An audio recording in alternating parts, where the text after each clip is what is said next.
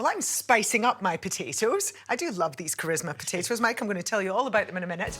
But I've got some influence from Spain with a Spanish chorizo and potato tray bake.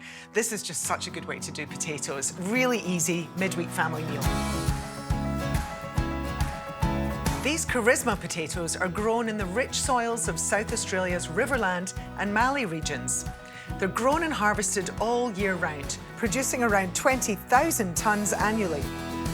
Once they're picked, they head straight to the packing shed in Virginia, South Australia, where they're washed, packed, and sent off to supermarkets, ready for delicious meals just like this.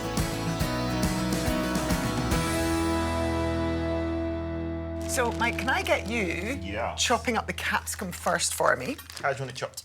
Just in quite nice chunk. I'm thinking about quarters. Okay. Yeah. And then I'll do the same with the potatoes. The really big ones I'm going to put into quarters. The smaller ones you can probably just half.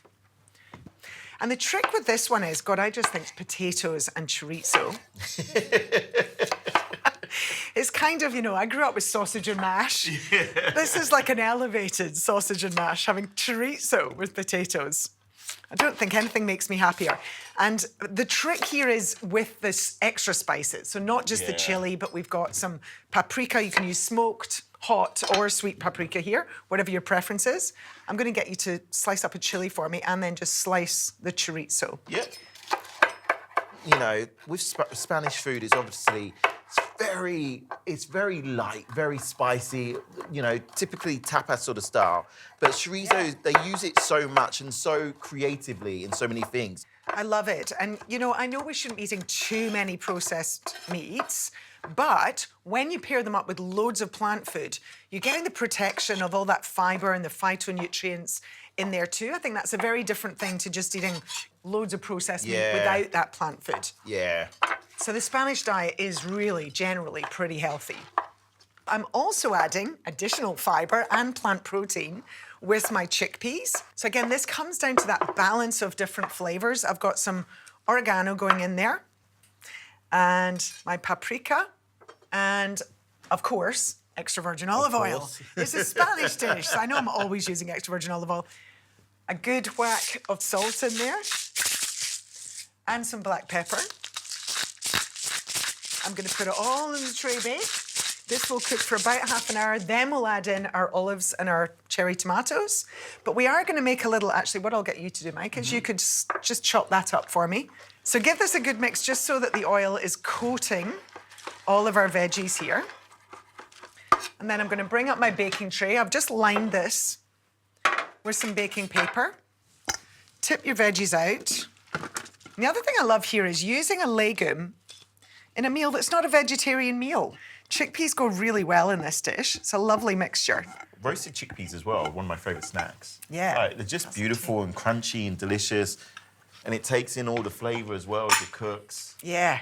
So just spread this out nicely. And then what I'm going to do, we're going to pop our anchovies.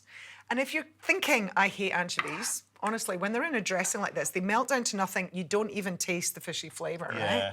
It gives such a good added flavour to the dish. Some capers. I'm an anchovy addict. I eat them straight out the jar, the tins. I love them. Oh, yeah, especially if they're the white anchovies. I love them. And then just give this sort of a little bit of a squish. I'm not trying to get it smooth. Mike, could you scatter the chili and the chorizo over the top for me? So I'm just kind of giving them a little bit of a mush. I want the capers to pretty much be whole, but don't worry if you give them a wee bit of a squash too. Just getting that flavour through. And then what we're going to do is just drizzle this over the top. Do you know what I love about this, Jo? Is the sheer size of this tray bake. I was expecting, you know, one of those like cute little trays and it all. Nah, you've gone family size, big, chunky, rusty. But I love it, genuinely, I love it. Okay, preheated my oven to about 200, so quite a hot oven. This is going in for about half an hour. Then we're going to come back, we'll throw in the olives and the tomatoes, give it another 15 minutes, and then we can come back and finish the dish.